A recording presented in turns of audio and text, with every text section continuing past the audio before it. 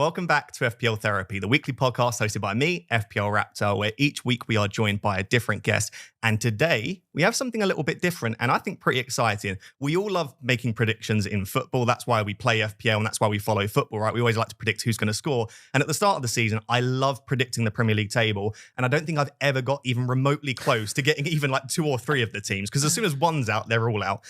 So I thought, not only am I going to make myself look a bit silly by doing some early predictions, because there's still a lot that can happen in the transfer window, but I also thought, to make it even worse for myself, I will invite one of the best footballing minds in content creation onto the podcast. So we have football connoisseur, presenter, pundit, content creator, whatever you want to call him. We have Lyes Bouzidi. How you doing, my friend? I like all of those, man. That's the best introduction I think I've ever got. Okay. Wow. So that's a lot of pressure on me now. It is. Because I can't lie. I don't think I've ever got the Premier League table spot on either, man. This is the toughest part of this job, to be honest with you. But we'll give it a good go today. Honestly, sometimes, I'm not speaking about specific guests in particular, but sometimes you go through your list, you ask some guests, they can't do it, and then you was not 8th choice, you were number 1. I thought you were going to tell me, yeah, I had Sark in front. No, I thought if there's one person I want to, and I feel like you're going to be comfortable enough to say I disagree strongly with that. Oh, yeah, that's my then you can roast it. So yeah, what I'm going to do is I'm going to go through and predict the Premier League table from 20th to 1st. Okay.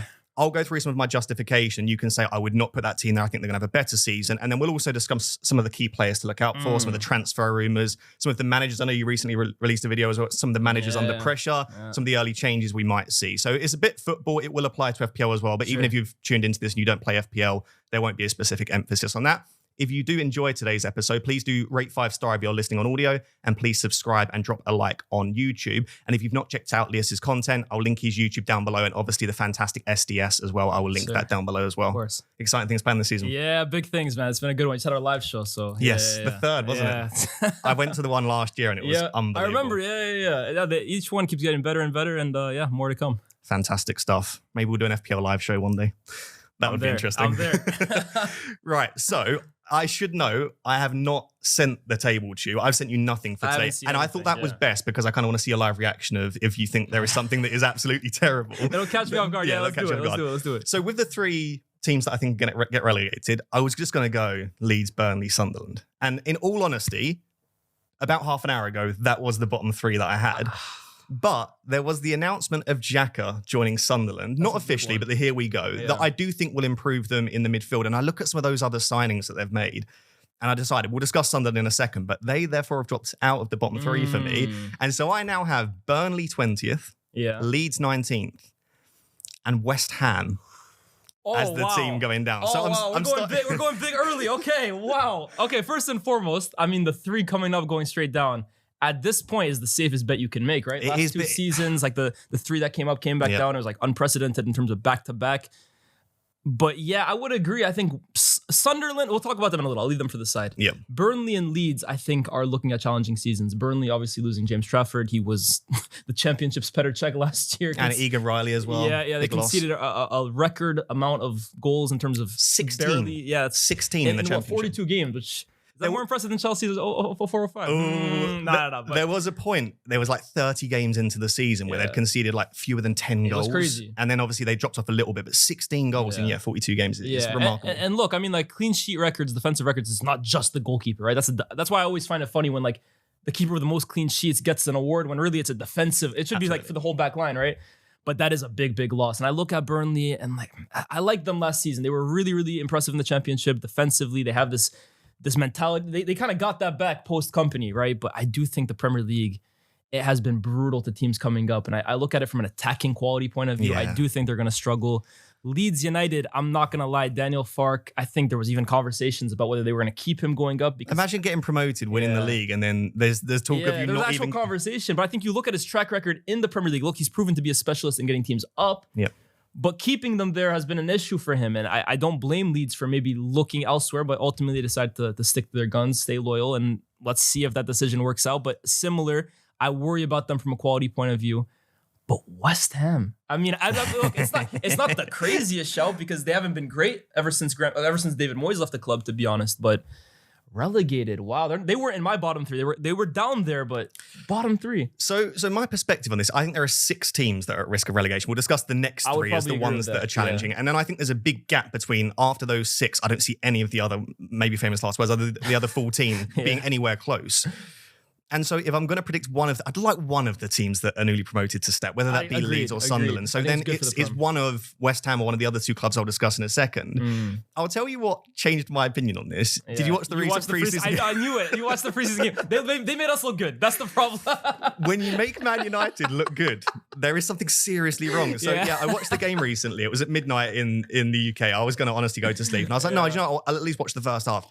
I wouldn't say West Ham were especially bad, but I also don't think we were especially good. And yet it looked fairly dominant, especially in the first half. Yeah. And when I look at each of their players, Jared Bowen is a wonderful footballer, right? Yeah. Fulkrug on his day can be good. I think their new left back at the time, Juve, looks exciting. Wan-Bissaka's a great defender. Socek's reasonable. It's not a bad team. It's not bad. But quality, it's not bad. I also then compare them to teams like Brentford, Wolves, even the players that Sunderland have signed. I'm just not sure that the quality is there.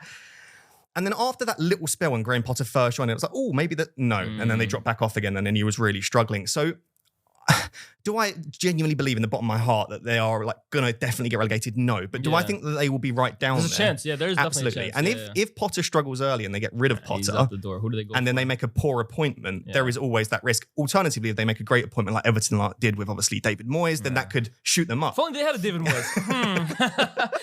You know what? I actually disagree there, right? Because I think I agree with everything you said except for this part. From a quality point of view, I actually think they have a much better team than Brentford. Okay. Like individual player for player, I think they have a much better team than Brentford. Okay. And I think they have a much better team than Wolves. Quality for me is not West Ham's issue. They've spent big money across the seasons. Okay.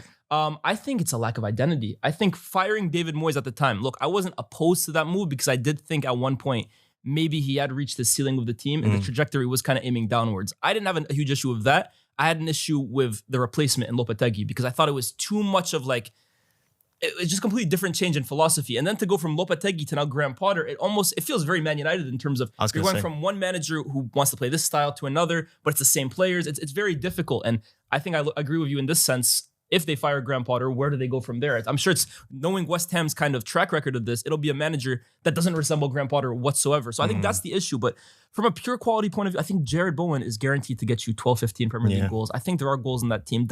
They have like Wan-Bissaka. I think it's a decent side. I would say they're going to be down there for sure. But relegation, I'm looking at a different team, to be honest. That's fair enough. I was watching I love watching football content because I feel like it helps with FPL decisions as well. Every West Ham content creator I've seen has put them in a relegation battle. Yeah. And if their own fans think they're at least in a battle, I think there's a chance. I also think their centre-backs are an issue. I think Kilman is... I liked Kilman a few years back. Oh, but under Potter, he's looked awful. Tadibo was getting absolutely shredded in preseason. Oh my goodness, and I think Agurd is fine, but he can't do it all by himself in that back three. So I don't know. I think they're fine. I think they could stay up, but I don't think they'll get much higher than like 15th. Yeah, it's strange. Have you seen their kit? No. Look, I'm not a huge person. Like you see this from time to time. You ever heard of someone say like that's like a kit that like screams relegation? Oh, is the Ball Sports? They're even like the call. I'm like, this screams relegation for me. That's an EFL kit right there. This can, so we're just making it based on vibes. Yeah, okay. Honestly. So Man United, Man United are going to win the league. That's just a spoiler alert. Just quickly then, on Burnley and Leeds, they've got very opposing philosophies and styles under their two managers. So Leeds only conceded 30 goals, by the way. Yeah. They had a very, very good season and they scored 95. So I think they conceded few goals by dominating. They were a dominating team. They didn't allow the opposition to do anything with the ball. Burnley, even in the Championship, were defence first. What is the best approach to enter the Prem? Because I go back and forth on this. Do you want a team that comes out and plays like Luton, we saw, for example? Yeah. Leeds have done it before themselves. Yeah. Or do you want a team that comes up and just carries on defending and sitting back? Like, who's got more of a chance here? I don't actually genuinely know. I think the best approach for year one is defensive. So maybe Burnley could have a better season. Yeah. Then. Well, if you ask me between these two sides, I think Burnley might have a better season than Leeds. Okay. Because I just think the first season, the quality between the Premier League and the Championship, I don't think has ever been as big as it. Like the quality gap. We've never seen it. The Premier League, the teams that come up, that's the reason they struggle so much in that first season. It's just so much because of the amount of money that the Premier League clubs kind of already have an advantage to the other sides. So I think that first season, just to kind of remain in your status, I think you got to grind out games. And I think the biggest example was last year, Ipswich. They played amazing football last year under Kieran McKenna. But ultimately, defensively, they were just too naive. And it hurt them in the end. Whereas you have seen teams in the past few seasons that maybe are a bit more rigid. They might still go down, but it does feel like they stay in games more often than not. They don't get beat 5-0, 6-0. I think Ipswich last season had a few games where they absolutely got just destroyed. But I think that first season, it is important to kind of just consolidate your place. The best example for me was Brentford, who when they came up, they were a very expensive team in the championship. But they came up and they understood where they were in the pecking order, played a more deeper game, started pumping up long balls to Ivan Toney. That was their philosophy for a few years. And then as the years go on, they add more quality. Last season, they were expensive. They were one of the most fun teams to watch. Mbeumo and Wissa up front. I think that first season, defense first mentality is important for sure. Okay, right. So a little bit controversial. I think most people will just say Burnley leads Sunderland, and I get that. Yeah. So in 17th, I do have Sunderland. Then 16th, Brentford, and 15th, Wolves. So in terms of the 6 teams that I think have a chance of going down, it is Burnley, Leeds, West Ham, Wolves, Brentford, Sunderland. And then when we move on to 14th and above, I just can't see any of those teams having a genuine risk. I think Brentford are the team that everyone is saying that they've got a chance of going down. You lose Thomas Frank, that's huge. You lose Brian Mbeumo, fair. Now Wissa wants to leave. Norgard. Yeah. That's a tragic window. You've lost your 3 best players and your manager. You've lost your captain. Yep. Your, for me, like revolutionary manager in terms of what he means for that football club. He is their greatest manager in the modern era, at least. You're losing your best player and you're potentially losing your other best player. That is like a detrimental kind of transfer window. I can't think of another team that had that much of a loss in one window. And look, shout out Keith Andrews. I mean, yeah, I liked him as a player back in the day. What do we expect? Blackburn days, but yeah, I don't know what to expect, to be honest with you. Like, he is a relative novice at this level. He was obviously part of his coaching staff. The one thing I would say with Brentford is it almost always feels like they have a plan, like their Moneyball approach, like their ability to kind of scout and replace. They've done it exceptionally well to this point. But I do feel like this is a lot to replace in one window. And a lot of it is kind of holding on to Keith Andrews being able to just come in and be the immediate successor to, like, how much has he learned kind of working under Thomas Frank? That's a lot to replace in one window. And personally, I have them in my bottom 3. I know that's like the popular take, and oftentimes in the Premier League, like, what is popular doesn't end up happening, but I can't see beyond them. Seriously, that's a really tough window to replace. The only reason they're not there is the belief in the, like you said, the Brentford model and philosophy. That's the only thing. I can respect that. And I think they've replaced Flecken with Kelleher. Great. I think it's enough. And I think Norgard being replaced with Henderson isn't awful. Let's see with Henderson. Let's see how much he got in the legs still. Let's see. I think Coyote getting that permanently in place at the right back, I think he's a great signing. What it's going to come down to is when they eventually sell Wissa, because it looks like they will probably to Newcastle. Who do they buy to replace Mbeumo and Wissa? Because, I mean, they've got Thiago. Maybe he just slots in as their 9. Yeah, Kevin Shada. Like, exactly, but they need to sign a good forward that fits their system, can go straight into that team, that can carry the team forward. If they get that transfer wrong or they don't make it, they're going to be bottom 5, They're going to be struggling. Yeah. That's 40 Premier League goals right there. Between Mbeumo and I believe in Damsgaard, though. That's a player. Damsgaard is a brilliant creative player in there. I mean, he had a breakout season. Really, I say breakout. He was really good in the Euros a few years back. But he had like a breakout campaign in the Premier League. Need someone on the end of it, though. Yeah. I mean, he had like, I think 10 plus assists in the Premier last season. But yeah, 40 goals. That's already they did well to kind of like when Ivan Toney left, that was offset by those two really stepping up. 40 goals. Look, you talk about staying in the Premier League, having guys who know how to finish in this league is important. I worry for them massively, but we'll see. I mean, I agree. When you say that I believe in Brentford's model, I can't fault you for that because it's a proven record. A lot of clubs in this Premier League would love to have that kind of model, but that's tough, man.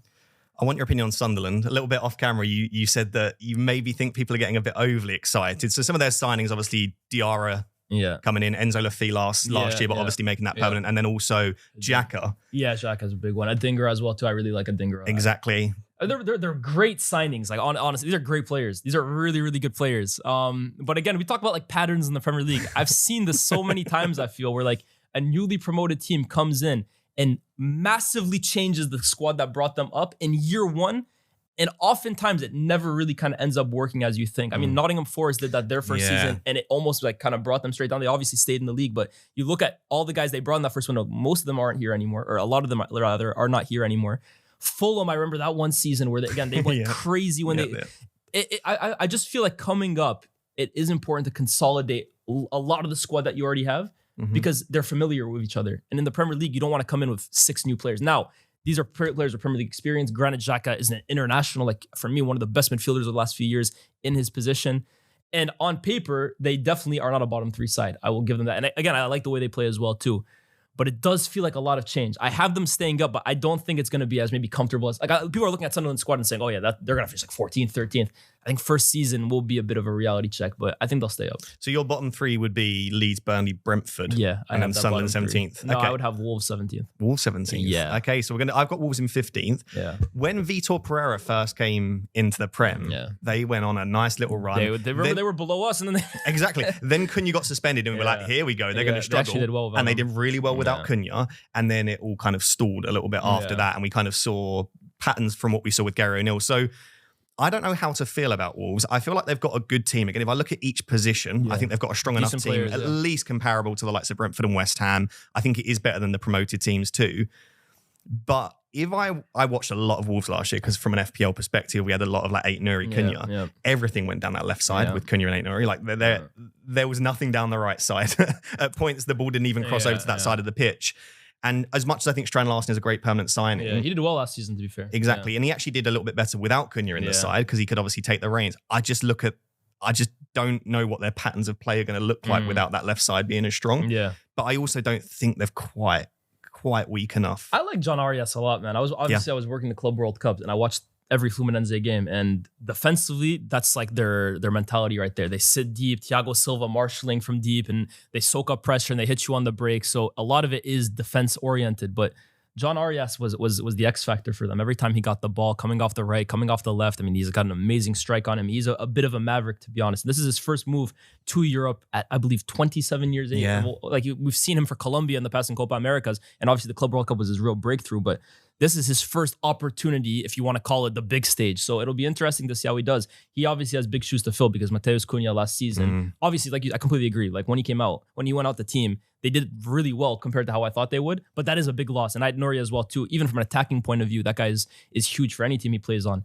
But I think a lot of it will be on Arias. Like, how quickly can he kind of adapt to the Premier League for a guy that's never played at this kind of stage? I'm interested to see from Bellegarde and Menezes as well. I feel like both of them had points last season where they looked great, and then there was just struggles of inconsistency. Menezes' end product, I've seen suggestions that he drops into midfield to free up a spot for Arias alongside Bellegarde, Strand Larsen. Like, it's an exciting team, and I think Vitor Pereira is a good manager. He definitely proved that. But I just don't know that it's going to fully click, and I do think they will miss that sort of star presence of Mateus Cunha. You just need at times like a little bit of X factor down there, man. A guy who can kind of just get the ball and create something out of nothing, especially at the lower level. So I think Cunha, I Nouri as well too. That's a big loss, because going forward, that guy, he practically plays on the wing at times, man. Seriously. Yeah, awesome. Right, so I think we agree those 6 teams are probably the I agree. 6. Those are the same 6 I have. Yeah, just maybe in slightly different orders. Yeah. Do you think it'll be a close relegation? Hopefully this year that it's going to go down towards the end. Relegation, man. I mean, we talk about the Premier League last season not being a competitive league, and obviously people will look at the title race. But I thought the lack of any kind of jeopardy down there was a little boring, to be honest with you. I mean, sometimes the best Premier League seasons are because of the dog fights that happen down there. I mean, you can think of a few days, final day, it's like 6 teams are battling to stay in the league. Last season, it just seemed so predetermined for a lot of that. I mean, like, we were down there, and any other year we would probably have been in danger. I had no real kind of worry that we were going to go down, and obviously that's good for us, but I just think more jeopardy is better for the league. So I think this year we will have a better relegation fight. Awesome. Right, next 14th to 11th, maybe a couple of controversial ones in here. So in 14th, I've got Forest. Wow, that's a big drop off. 13th, Bournemouth, 12th, Palace, and 11th, Fulham. So we'll start with Forest. I put out a tweet saying, who will be this season's Forest and who will be this season's Man United? And someone said, this season's United will be Forest and this season's Forest will be United. And I was like, do you know what? I could see it potentially. I just think, like, I'm a very data-driven FPL player, and I love data. I look at spreadsheets. I'm the sort of person where people say you need to touch grass and watch football, right? Me too. When you look at the data, there were some fortunate, and people say, yes, Sells is fantastic. He absolutely was. Yeah. They'll say Chris Wood is a good finisher. He absolutely is. Yeah. But you can't continue to overperform your expected data at that level for such a long time. And it caught up to them. Exactly. And then I saw some people say, actually, maybe it was fatigue. That's not a good sign when they're in Europe this season. If it was fatigue from this like difficult campaign, it's only going to get harder this year when you've got a very thin squad that is now competing in Europe too. Yeah. I just think when you look at that back half of the season when they were just dropping slowly, I just struggle to see them finishing in the top half, which is a horrible statement to say. I think they might be better off as long as they're safe going through the Europa League, going all out for that competition. That's their best chance of a Champions League spot potentially. Next year. 14th. Oof, mate. I definitely think Forest will have a drop off from last season. I don't expect them to be in the Champions League positions for half the season. Yep.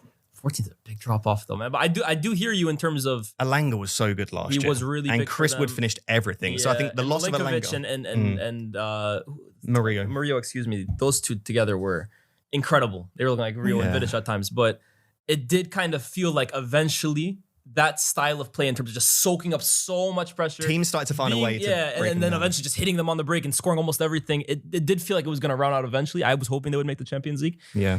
I can definitely see a fall off. I'm keeping Gibbs White as big. That's a big keep for them. What did you make of that? Yeah, I mean, I would love to see what was hiding behind the camera, man. I look like that was the strangest announcement. Gibbs White looked like he wanted to cry. Marinakis next to him is like, wow, looking like a mafia boss. But I hope I'm allowed to say that. I hope he's not gonna send like black SUVs to my house right now. But yeah, I mean, those are big keeps. Obviously, the two guys from Botafogo as well, too. Obviously, we know that relationship that the clubs have. Both of them were really impressive. Again, in the Club World Cup, Igor Jesus grabbing a few goals.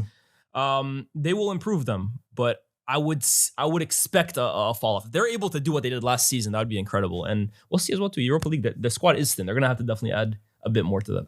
If you're watching and you're a Forest fan, let us know in the comments. Like, I feel like it's difficult to say because I'm not a Forest fan, but I feel like I'd be happy with mid-table. Like, secure yourself as not being in a relegation battle. Have a good European competition. My question is, will Marinakis be happy with a mid-table battle? He spends a lot of money on this squad. Like, I think for Forest fans, look, go deep and go, like, obviously get a good European run back in Europe for a long time now and stay in the Premier League another season without really being troubled by relegation. Last season was a fairy tale for them. They weren't expecting that.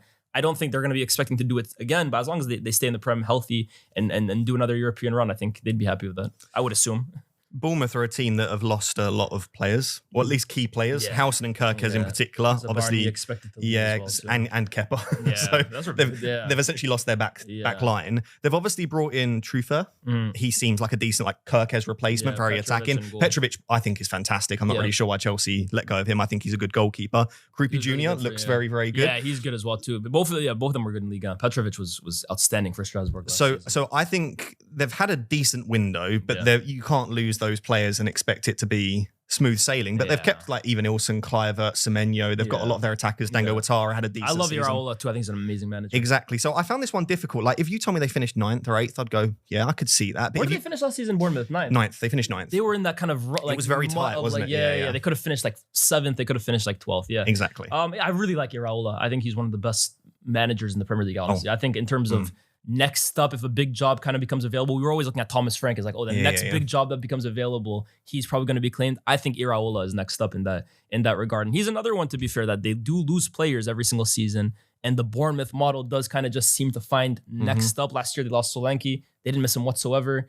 I think the two center backs going out, Zabarni and Dean Huijsen, I think that's a really big miss. And the goalkeeper as well. That's the core of your defense right there. But I expect Bournemouth, to be honest with you, to kind of be right in and amongst that again, glut of teams. I think the one issue with Bournemouth is it does feel like every single season at the end, they kind of seem to peter out because of how intensive a style Iraola kind of deploys on this on this team. And it does feel like towards the end of the season, they do run out of steam. But I wouldn't expect Bournemouth to be challenged whatsoever by relegation. I think they're in and around that. Maybe a little higher than 13th, maybe 11th or 10th. But I don't mind that. Yeah, it will depend on how close it is, because last season, like you say, that 6 or 7 teams were in a few points of each other, whereas it might be a little bit more separated this season. I will say this, though. I think all of these teams, they were a lot closer. Remember that there was at one point 6 points between 4th and 9th or something like that. At one point, it looked like a real Champions League fight between a lot of teams.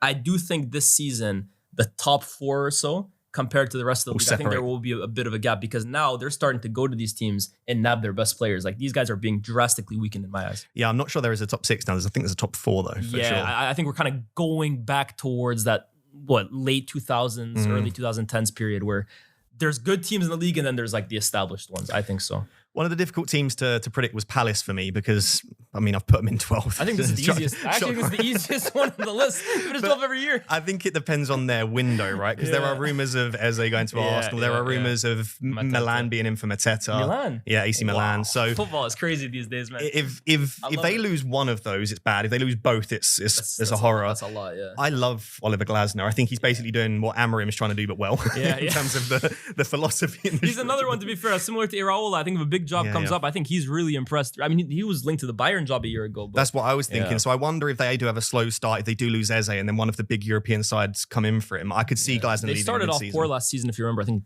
first 8 or so games? I think 2 or 3 seasons in a row, they've had a really slow start. But if you remember the year when Glasner took over halfway through the season, they ended the year amazing, but then started last year really slow and then just ended it. Like they have, like they're the opposite of Bournemouth. Slow start, amazing finish. And obviously the FA Cup on top of that.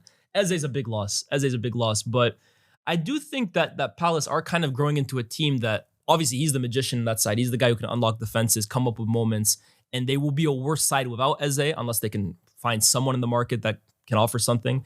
Potentially, you know what? I just thought of this. Maybe Ndiaye, if he's not being tracked by bigger clubs, he could actually be a decent as a replacement. But I think that's a big loss. But I do feel like Palace are a good enough team that they will be able to survive. They won't maybe reach the same heights, and obviously they're competing in Europe. You want a guy like that on your side, but I think they'll be okay, to be honest. At 12th is for me the easy. That every year I think they finish 12th. Like, you start a league table, forget about first, 12th, Crystal Palace, go from there. Yeah, absolutely. And then the other team that have just snuck into the second half of the table, the lower half, is Fulham in 11th. They finished 11th last year. That So feels fair as I've well, got too. 11th Fulham, 12th Palace, the same as last year. No transfers. I've put transfers in and out. I've just put NA. There have been a couple, but it's like nothing notable. Like they've not really gone big in the market, but they've also managed to maintain some of their key players. Yeah. There are rumours of Maniz being off to Leeds, which would mean Raul Jimenez is their definite starting forward. He had a really real revival last season. Exactly. For a few seasons now, we've wanted him to return to pre-injury, and he looked good. So I'm glad for him. Yeah. I can't see Fulham being anywhere close to the relegation, but with their current squad, as much as I think Marco Silva's in that same vein of Glasner and Iraola, I think he's a good manager.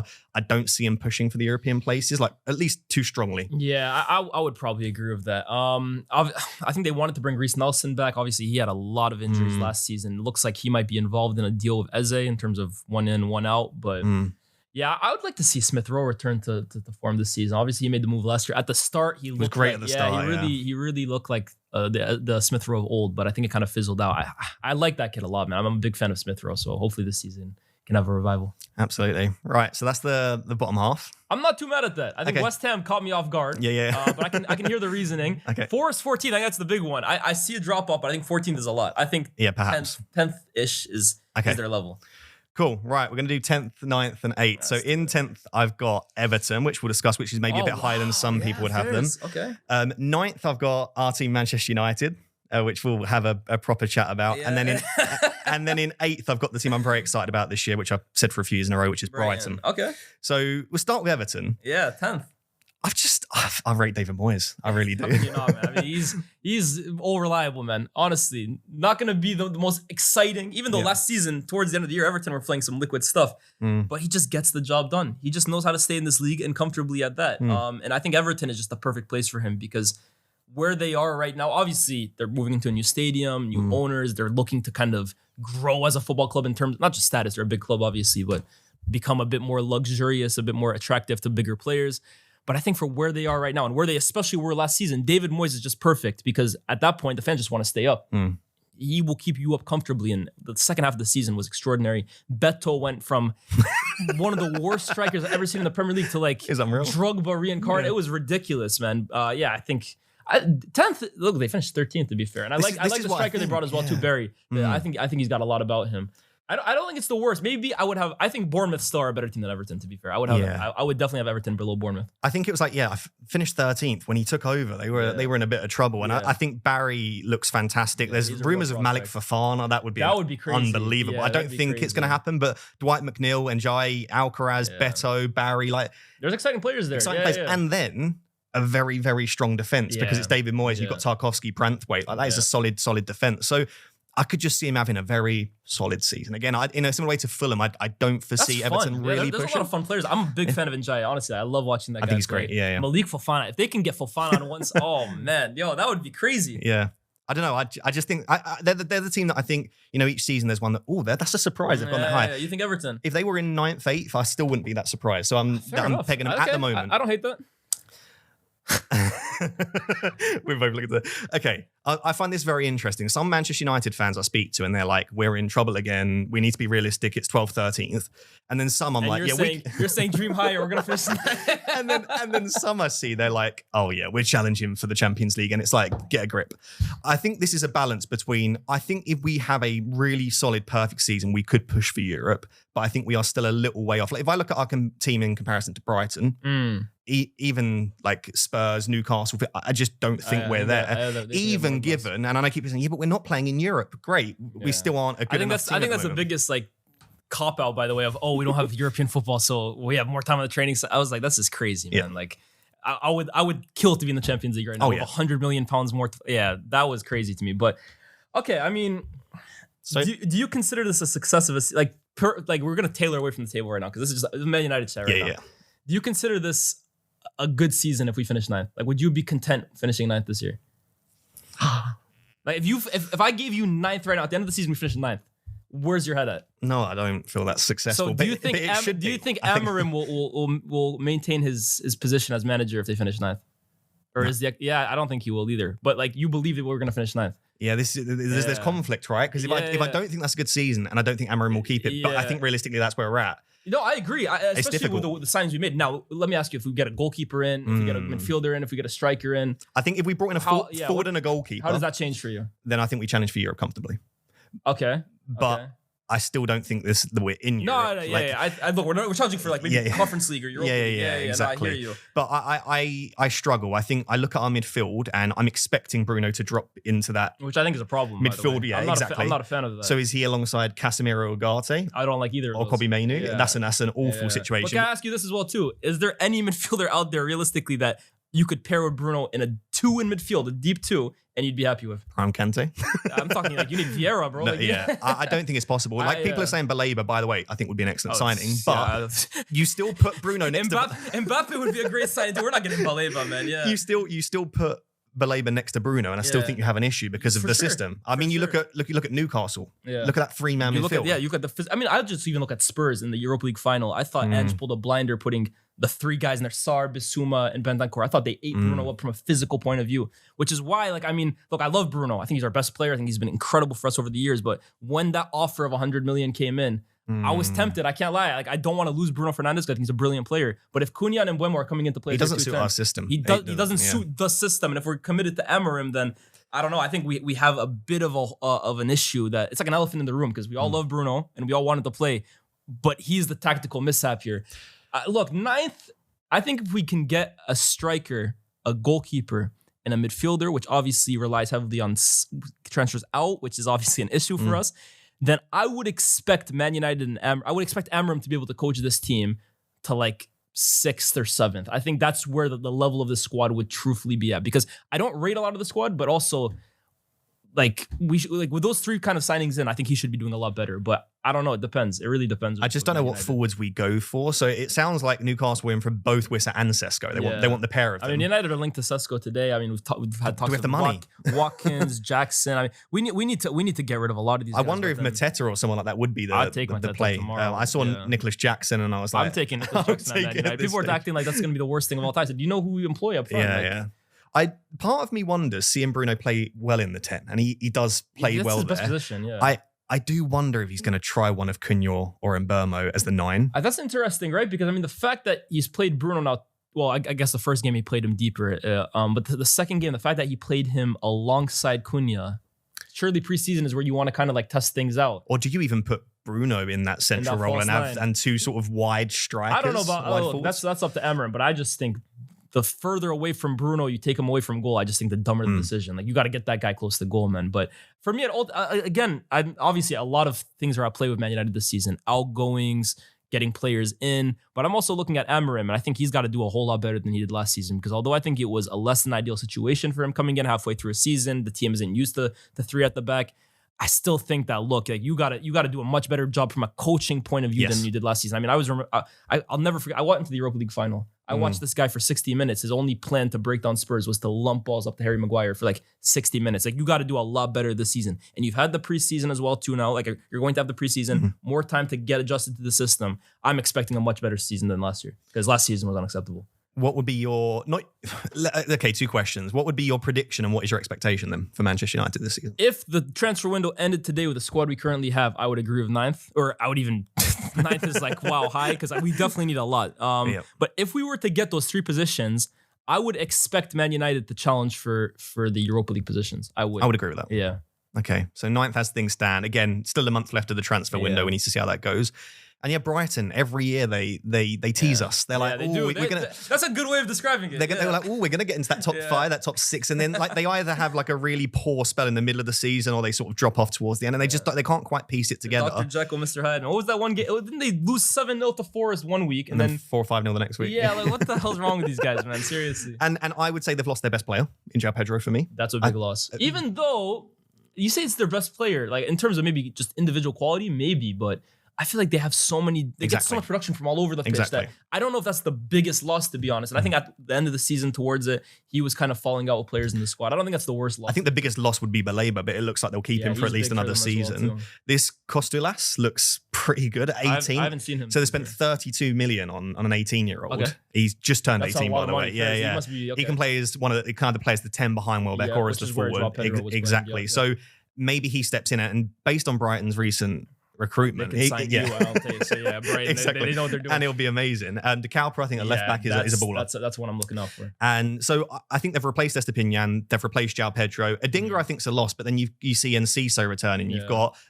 he was in and out of the team, though. Like, honestly, none of these losses, bar João Pedro, feel like like losses that really impact them massively because they're in and out of the team. Like, Estepinian is in 1 week, then like they have the Turkish guy as well, too. What's his name? Kadioglu as well, too, who maybe struggled first season. I would expect them to have a bigger role this year.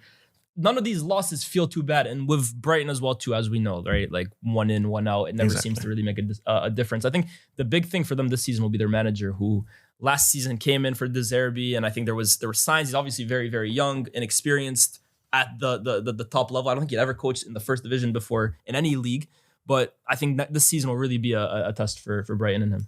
Yeah, it's just about I sometimes wonder if they got too many players because as I was going through and listing, I listed all those great players and Ciso, Buonanotte returned. Then I was like, and they've got Yari and Gruda and Matoma signed a new contract. So many options going forward. So we'll see. And can Welbeck stay fit? Because I think if they lose Welbeck for too many games, yes, they've got this Costulas that's come in. Yes, they can play. Jorginho Root is another player I've not even mentioned in there. They've got options, but I think they need a number 9 that scores 15 plus goals. Yeah, Welbeck had an amazing season last year for where he's at in his career. Can you rely on that again? That would be amazing if you can, but I think you need more from the likes of Ruther. Awesome. Okay, right. Moving on to 7th to 5th, I'll put together here. These are the 3 teams that I think could challenge for... So Champions League as of right now is just 4 teams. Could be 5th again. Yeah, it depends on how they do in the league. So these are the 3 teams I've got just missing out on Champions League football. But obviously, all of these I think could do it. One team may be higher than some would expect because it would be 12 places higher than last season. So in 7th, I've got Newcastle, 6th Villa, and then 5th Spurs. Newcastle and Villa were tough for me because Newcastle look like they're going to lose Isak. If they lose Isak and if they don't lose, that's like 2 different worlds. And they've had a stinking transfer window. I mean, I think Alanga's a great signing. And if they get Vissa and Sesko or one of the 2, I think it's fine. But they've missed out on so many targets. I would feel a bit embarrassed. And I'm not trying to take a dig there at Newcastle, but every time they go in for someone, that player seems to choose someone else. I feel like at this point, it's been so bad for them. And like Liverpool have played them so badly, this Ekitike thing, that I feel like at this point, like, I know it's hard, but if I were like the owner of Newcastle, I would not want to do business with Liverpool. I would just reject the bid. It's difficult because your star player is already putting so much pressure on you. He's come out and said, I want to leave. But for your own like pride and like the sake of the club's image at this point, like you have to turn down Liverpool. Like they just literally played you like fools at this point. However, obviously if they come up with 140 million for Isak, how do you turn that down? You have to accept, I think. Yeah, it's tough. It's a tough window for them. And then, like you said, they've missed out on Trafford. They missed out on Ekitike. They are competing for Sesko. And is Sesko ready to come in and lead the line for Newcastle, who are playing in the Champions League this season?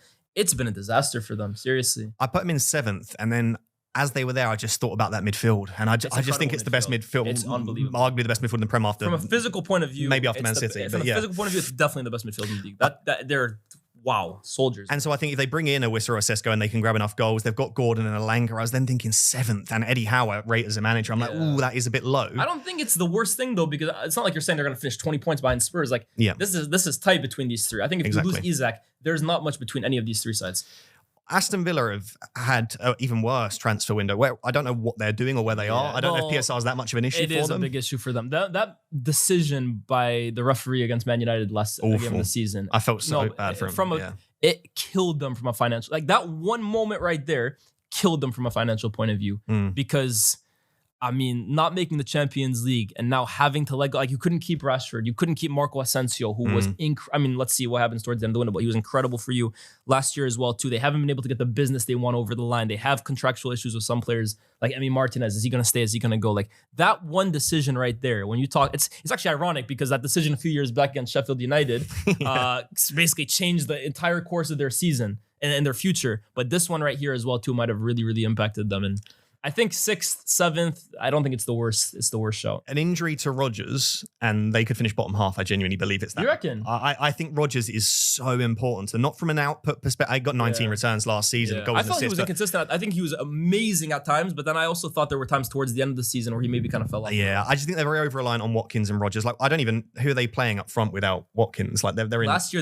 that's the thing. Last year, they were rotating with Rashford a little bit. And Duran at the start. So who are they playing now? So what I imagine is going to happen is they'll continue to trot along in the transfer window and do nothing, and then there'll be a couple of last minute loan signings. I mean, it worked really well for them last season. Yeah, that's probably what they can afford. That's probably the only thing they can do PSR wise. So we'll see what happens. But Emi Martinez being off, apparently still teams bidding for him. Watkins, rumours. I think they'll keep a hold of Rodgers, obviously, but they need a good end to the window, and they need to keep their key players fit. And they're similar to Newcastle, though, in terms of their midfield is just so strong. Tielemans and Onana and Kamara. Tielemans, that's a strong midfield. But man, that decision killed them, man. Seriously.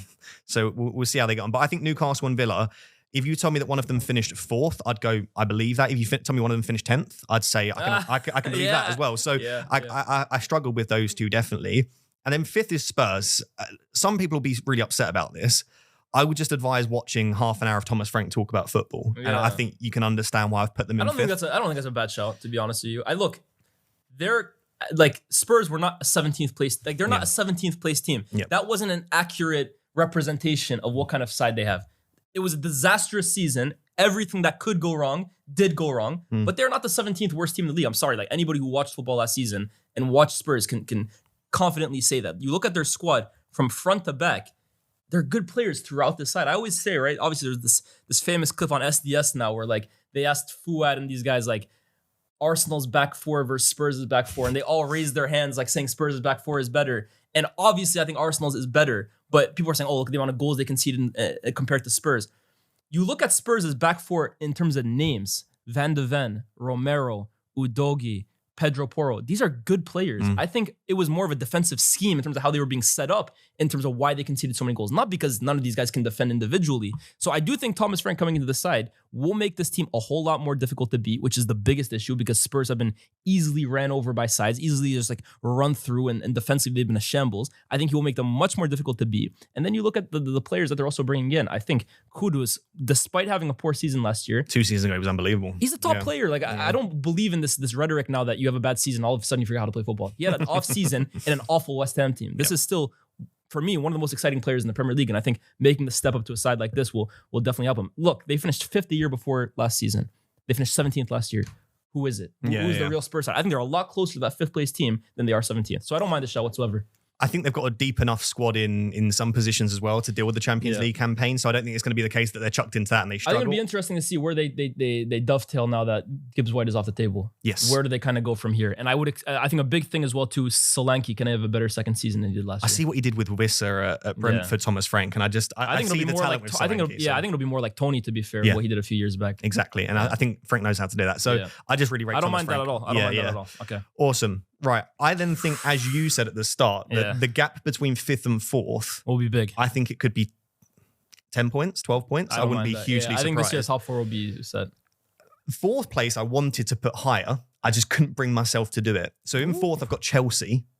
I want to put them higher because I believe in the players. I think they've just got so much talent. This summer was huge for them, man. Yeah. But I couldn't. And then in 3rd, I've got Arsenal. Okay. I do think there will be also a gap between 2nd and 3rd is my other prediction, which other people don't seem to think. But I think Chelsea and Arsenal will fall short of a title race between two teams. I think they'll Arsenal are falling short of a title race. I think so. That's detrimental. I think so. That which please do consider subscribing if you. No, Arsenal fans are going to hate that. I think Arsenal are simultaneously underrated and overrated at the same time by different people. But I think more so on the underrated side, people are like, they're bottle jobs, they don't have the team for it. Yeah. I just think that the other two teams are that good. But we'll start with Chelsea. Okay. I have Chelsea fourth as well too. Yeah. Even though I think they're going to be a lot, I don't think there's going to be a huge gap between second and third and fourth. I think all four sides will be in it. Look, I feel like we say this every year and it never ends up happening, but I do feel like there's the makings of a really good title race this season in terms of like, I'll never forget 13-14, which is literally over 10 years ago now, but that season where Arsenal, Chelsea, City, and Liverpool were all after the title. And it's funny because Arsenal finished fourth that year and they spent the most amount of days in the Premier League in first, and City finished first and they spent the least amount of the top four in first. Like, it was an amazing title race from start to finish. I think this season has the makings of it. I do think Chelsea eventually will kind of fall short because I think there's a lack of experience in this team that eventually will hurt them. But I think Enzo Maresca really kind of announced himself to the world this summer at that tournament, that when it comes to managing football games and managing his side and coming up with different game plans compared to who he has to face, he's one of the best in the business. It was tough at times last year. They started the season really, really well. By January, I think they were in the top two. And then obviously January onwards, they had a really tough time of it. I think there was like the stat, they couldn't win back-to-back games at one point. They couldn't win away from home at one point. And then they obviously rescued it towards the end. But I look at this side and the way that they're building, the way they're growing, they do feel like that little horse that, what did Mourinho say? They just need a little milk. They need to learn how to jump a little bit. And then next season, they're going to be there. This feels like that year where they're going to make some more noise. I think they're going to definitely consolidate themselves again as a top four side, but will maybe just miss out. But my hot take is I actually think in the Champions League, they might do the best out of the four Premier League teams. I think in knockout football, the way Maresca coaches games, I think it might be the best equipped for knockout football. I think a combination of that, the Club World Cup, and if they do go well in the Champions League, I think Chelsea will start the season incredibly well. Did you see it? Look, you're FPL guy, right? You see the start of their season. It looks tasty. Exactly. Lovely fixtures. And people are saying, but with the Club World Cup, they'll be fatigued at the start of the season. No, it won't be the start. It will be in March when they've had a very long season. So I think we'll see Chelsea up there by March, April, and then when the trickier fixtures come, I could see them just falling short. But last 2 months, as you say, I don't think there's going to be a necessarily huge amount of a gap between them and the other three teams. Third, I didn't have Arsenal. You didn't have Arsenal. So I should have Man City. I have Man City in third. Okay, so on Arsenal, I just feel like of the three teams, they are the most affected by injuries to key players. And they might get lucky this season. City, though, to be fair, last season they had a lot of injuries as well too. Obviously, the Rodri one was big, but even defensively, they were a lot. Kovacic missed half the season. It felt like defensively they were playing Simpson Pussy at times in the Champions League. Yeah, it was difficult for them. But I hear you of Arsenal. They had huge injuries. So why do you think they're the team that could challenge the closest to Liverpool? I think City's ceiling as a side is higher than Arsenal's because when everything is clicking for City, they are irresistible. They have the best scorer in the world, in my opinion, bar none. They have a wonderful side. Rodri it was literally a Ballon d'Or winner a year ago. They have an amazing team, right? But I do feel like there are holes defensively from City in midfield and how they defend transitions that I do worry for them over a 38-game season. They will score loads of goals. They will win loads of games, but I just feel like they are a little bit vulnerable from that point of view. And look, they've made big acquisitions in the form of Aït Nouri, right? He's going to bomb up and down. In the Club World Cup, he had such an amazing connection with Doku off that left-hand side. Mateus Nunes at right back. I'm still not really sold on him, but to be fair, he's asserted himself as a decent right back. But defensively, those guys are going to get, like, in transition, Al Hilal, for me, gave the blueprint to how to beat this side. And it was the blueprint last year as well, too. You can kill this team in transition. And I think a big thing will be Rodri. Because I think in the Club World Cup, he looked rusty. He looked like a guy who hadn't played football for a year. What does that look like going into the season? That's a big injury that he's kind of recovering from. Like, we've seen some guys come back, immediately look amazing. We've seen some guys take a bit of time. If he comes back like the Rodri we know, then, hey, City, they might win the whole thing. But I think at the current moment, with the business they've done, I'm going to hold off a little bit and say I have to see it to believe it. Now, Arsenal, I don't think have as high a ceiling as Man City. Like, when City are at their best, I think they're a better team than Arsenal. But also their floor is a lot higher. I feel like Arsenal are the hardest team in this league to just beat. The defense is unbelievable. The defense, they're a very safe side. I don't think they take enough risks, which is why I think City's ceiling is higher. But it's very difficult to beat Arsenal. They're good at set pieces. They're good defending in the mid block. They're good at suffocating teams. They're good at keeping the ball. They just play high percentage football, in my opinion. And it's why I think they're always going to be in and around those top positions. But I do think at the same time, too, while they have made good signings, I think Zubimendi will be maybe the best signing they do make. Gyökeres, I think the jury's out on him. I'm not going to say Portuguese league, so he's going to flop. I'm also not going to say he scored 50 goals, so he's going to score 50 here. Yeah. The jury's out for me on that. Madueke on the left, I'm not so sure about that. Eze could be a potential game changer. If they can get Eze in, I think that's the kind of creativity, match-winning ability that can unlock a defense that maybe they've missed, especially on that left-hand side where everything seems to come off the right. So at the moment, I would say Arsenal's higher floor kind of makes me think they're going to finish above City. But I think between those two, that's like a flip of a coin for me. Yeah, if it all clicks for Man City, then they look ridiculous. Yeah, I think a big thing as well too is Ryan Cherky. I think he's the X factor in terms of like, if Cherky can come to the Premier League and from day one, we look at this guy as the talent that we know he is. Wow, City could be irresistible. But or I think if Foden has a season. That's another thing too. That's for me, actually, that's the biggest what if. If Foden can return to the form of a few seasons prior, where he's the best player in the league, wow, City will be tough. But and Reinders as well in midfield is a great. I don't feel Reinders like a safe addition for me. Yeah, really safe. They've not had a very good 8 for a little bit. Like Rodri, obviously, he can sit there. They've got loads of good 10s or attacking but players. Even Reinders, right, at AC Milan, he was a player that was allowed to kind of like drift forward. He grabbed goals. He was a very attacking player for that side. Like, you're adding that to Rodri, like, I feel like Rodri's gonna almost be defending on an island at times. Like, so much is going forward. I do worry about that from that point of view. Yeah, it'd be interesting to see what Pep cooks up for this season. Yeah, it's a big one for him. But I think Trafford's a great signing as well. Ederson is becoming a liability. Yeah, exactly. I like Ederson, but he's becoming a liability. Yeah. Awesome. Right. So in first, it is Liverpool. I did want to. Could I predict something different? But they were unbelievable last season. If they get Isak, I mean, I think this is a formality. Exactly. And I think you can look at their points total, right? They're not like smashing up, but they dropped off because they didn't need to at the back end. So like, they'd won the league. I always think points tally is like when you judge, like, you know how they love judging, like, oh, this team this season had 92, this one had 89. I think it's all nonsense. Context, it's all contextual. Look how many times we had a side in 10-11 that won the league with like 79 points or something because the league was easily won by like March. The next season, we came second with 89 points. In a year, did we become 10 points better, but we still weren't? Like, it's all contextual depending on the season. So Liverpool, like you said, they had the league wrapped up for me by like February, to be honest with you. Now, I don't need to sit here and say, oh, they've signed fantastic players. We know that, right? Frimpong, Kirke, Zakatike, probably Isak by the looks of it.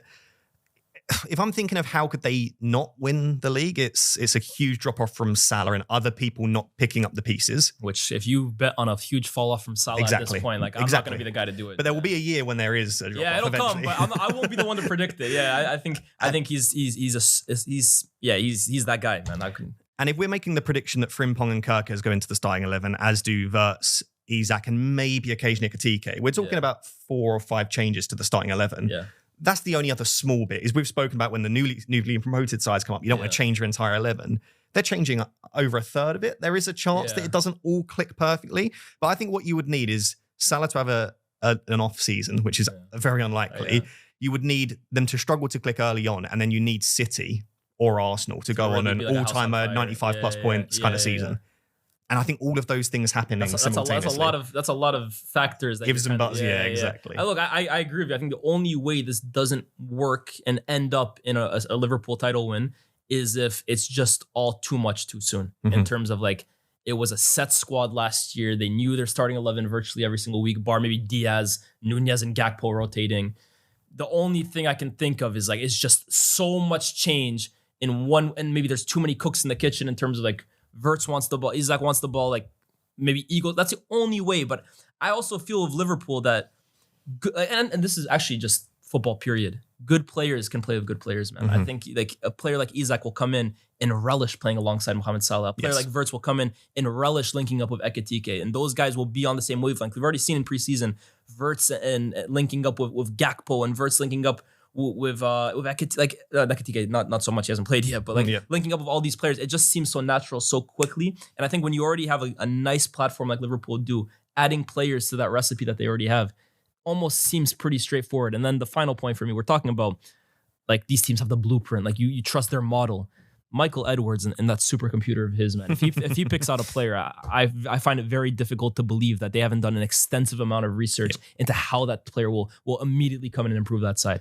And Arne Slot is so adaptive. Yeah. I mean, last season we spoke about Maresca being that way, but he didn't just play the same system and just every game it changed. He's willing to adapt. And he came into a team that wasn't his. Right? Like he didn't make any signings to that side. It was a side that he completely adopted from Klopp and he elevated them. And now this, I mean, if we're actually being real, it's maybe his first, I don't want to say test because last season was a test, but this is like now his side. Like it's really a side built in Arne Slot's image, what does that look like? It could be a completely different team in terms of play style to the last season. And he's already shown that he's going to have to change it because he's bought Frimpong and Kirkers. So when they're not playing three, because before it would be like Robertson dropped a little bit deeper, Trent went on. You can't expect Kirkers or Frimpong to sit in part of that three. No, those are wing backs. So what's the new system look like? I think there were a few games last year, if you watched, where, for example, I always think the game against Fulham where they were down at Anfield and he made this switch and bringing Gravenberch deeper into a three. Like he was playing in a three alongside Konate and Van Dijk. Could that be an in possession kind of thing where he drops deep, Kerkez and Frimpong become wing backs in a 3-5 and Wirtz is playing off the left, but then where does that leave Ekitike? There's a lot of question marks, but I trust Arne Slot. I think one thing with him is he's shown ridiculous adaptability with any kind of player that he has. Awesome. Right, I'll turn your laptop to you. So that is the predicted 20 that we've just gone through. Place, man. Ninth is a tough watch. So pick out 3 teams for me there that you think are incorrectly placed, that you would at least change maybe like 3 positions that you don't like where they're at. Yeah, okay, I'll say West Ham. So they're a bit low. Yep. Yeah, I think West Ham. I think Forest are a bit low, but also I wouldn't be surprised if they finished there. So my gut is telling me a little higher, but I don't hate the prediction. So I'll say Forest for now. I'm gonna say Man United because they could finish anywhere. Seriously, they could be 14th or 5th. Yeah, and then maybe Aston Villa 6th. I think. Yeah, I actually think Aston Villa will struggle this year. My hot take at the end of last year was I could see Unai Emery even departing this season. I think it's going to be a tough season for Villa. So yeah, maybe those 4. But hey, don't come at me, seriously. Villa fans, I love you guys. I love Villa, but yeah. These are very early predictions. Like in the next month, if Man United go and sign a striker and centre mid, all of a sudden it looks very different. We might finish 6th. Yeah, equally if like Newcastle lose Isak but don't replace him very well, then that changes things as well. So let's see how the next month goes. We're going to finish with some quick fire questions. So some of these you've already answered. There's going to be 6 questions. All right. This is when I expose you on TikTok for your ball knowledge. So I just want let's say up to 10 seconds, but if you want to answer it with just one word, you can absolutely do that and give no justification. It's completely up to you, okay? Where will Manchester United finish in the Premier League this season? The safest bet is 10th. 10th, right. They're not too high, not too low. Mid-table. There you go, 10th. Who wins the Premier League this season? Liverpool, unfortunately. Which team will have a surprisingly good season? Oh, surprisingly good. Who did we say out of those sides? I like your Everton shout. I go Everton. Which team will have a surprisingly bad season? Surprisingly. So like we're not expecting it. Lower than you'd expect. You just said a team. Villa? Yeah, I go Aston Villa. Aston Villa. I think they're going to struggle this year. Who will be the top scorer in the league? I think Liverpool, the goals will be spread out. Mm-hmm. So how can I go against Erling Haaland? Yeah, I go Haaland. And who will get the most assists in the Premier League this season? The most assists will be... Yeah, I go Salah, man. I still go Salah. Yeah, fair play. He was very, very creative. Yeah, I go Salah. Season, wasn't he? Awesome. Cool. There you go. That's us done, my friend. Don't kill me. So yeah, that's the 20 teams obviously predicted by myself, with Lyes giving a bit of input as well. That wasn't bad, man. Honestly, that's probably going to look pretty similar to mine as well too. I'd like to see that you're going to do this a little bit closer to I'm going to wait till the transfers because if Newcastle keep Isak, then all of a sudden I think things look a little different. But okay, so check out Lyes' content. I'll link down below his YouTube channels. I'll link down below STS as well. I'm sure you'll do this closer to the start of the Premier League season. I'll probably do this 6 more times before the season starts. And if you did enjoy this episode as well, if you're listening on audio, please rate 5-star. If you're watching on YouTube, like, subscribe, all of that lovely stuff. Thank you for coming on. Maybe we'll do an FPL one at some point. I'm down, man. I'm a big FPL player. I've been playing for the last 10 years or so. So at some point we'll do that. And this year, look, I struggled at the end of last season. I need your help this year, man. So absolutely. I'll probably come to you. I'm here. There you go. Cool. All right. Thank you for watching. Until next time. Bye-bye.